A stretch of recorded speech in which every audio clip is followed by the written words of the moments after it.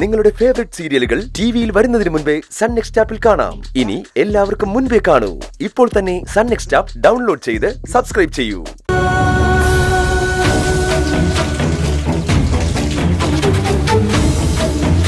ഇത് എത്ര നേരമായിടെ? നീ നോക്ക് വരുന്നുണ്ട്. നീ നോക്കടി.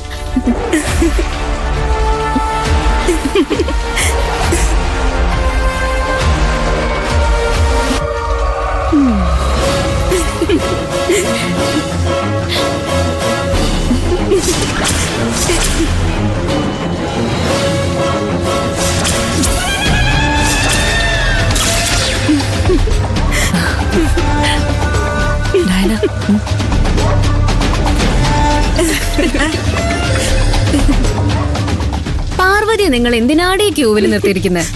രാത്രി മുഴുവൻ ജോലി ചെയ്ത് തളർന്നു വന്നിരിക്കുകയല്ലേ? ആദ്യം ഇവള് കുളിച്ചോട്ടെ.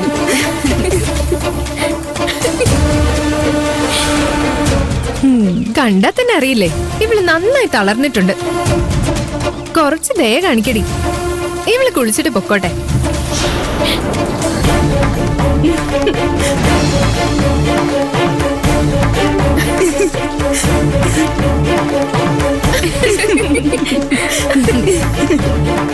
എന്താ പാറു, എന്താ ഉണ്ടായത്? ഒന്നും ഉണ്ടായിട്ടില്ല ജെനിഫറെ. ഞങ്ങൾക്ക് പാറുവിന്റെ ട്യൂഷൻ വേണം. കമ്പനിയിലെ ജോലിയും അത് കഴിഞ്ഞ് അവിടുത്തെ ചില അല്ലറ ചില്ലറ ചുറ്റിക്കളിയും കഴിഞ്ഞ് ഞങ്ങൾക്ക് ട്യൂഷൻ തരാൻ സമയം ഉണ്ടാവുമെന്ന് ചോദിക്കായിരുന്നു ഞങ്ങള്.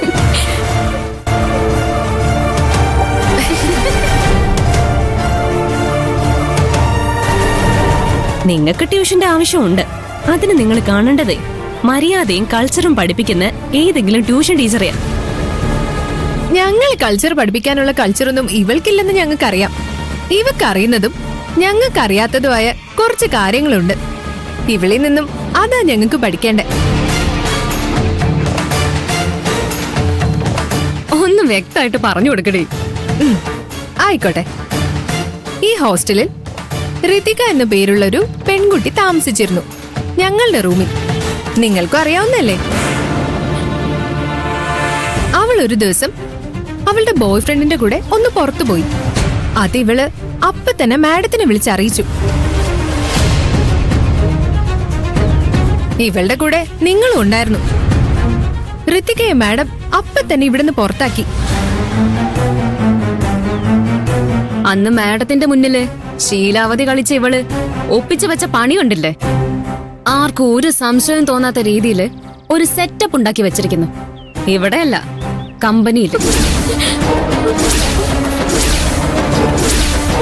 കമ്പനി എന്ന് പറഞ്ഞ ഗോഡൌണില്. രാത്രി മുഴുവൻ അയാളോടൊപ്പം അവിടെ. എത്ര ബ്രില്യന്റ് ആയിട്ടാ ഇവൾ ഇങ്ങനെ ഒരു സെറ്റപ്പ് റെഡിയാക്കിയത്. ആ ബ്രില്യൻസ് ഞങ്ങൾക്കൊന്നുമില്ല. ഞങ്ങൾക്കൊന്ന് പഠിക്കണം. അത് പഠിപ്പിക്കാൻ ഇവളെക്കാൾ നല്ലൊരു ട്യൂഷൻ ടീച്ചറെ വേറെ കിട്ടാനുമില്ല. പക്ഷെ അവന്തിക, ഒരു കുഴപ്പമുണ്ടടി. എന്തു കുഴപ്പം? നമ്മള് ഋതികയൊക്കെ സിറ്റിയിൽ ജനിച്ചു വളർന്നവരല്ലേ. ഇവള് ജനിച്ചു വളർന്നത് ഏതോ ഒരു പട്ടിക്കാട്ടിൽ.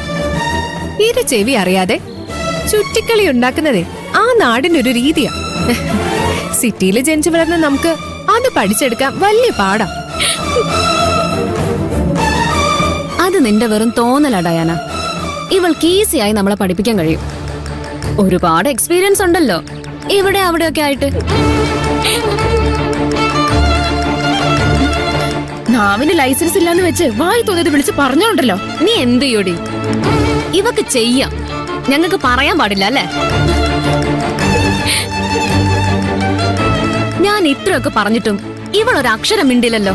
തെറ്റ് ചെയ്തവൾക്കേ കേട്ട് നിൽക്കാനേ കഴിയൂ. ന്യായീകരിക്കാൻ നിന്നാലേ ഞങ്ങൾ പൊളിച്ചടുക്കും.